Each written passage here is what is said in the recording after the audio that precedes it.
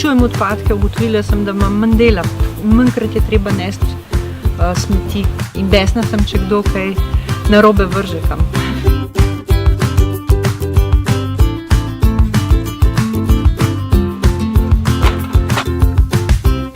Rezultatom smo zadovoljni iz dveh razlogov. Eden je seveda, ker smo relativno veliko odpadkov iz reke Mure potegnili.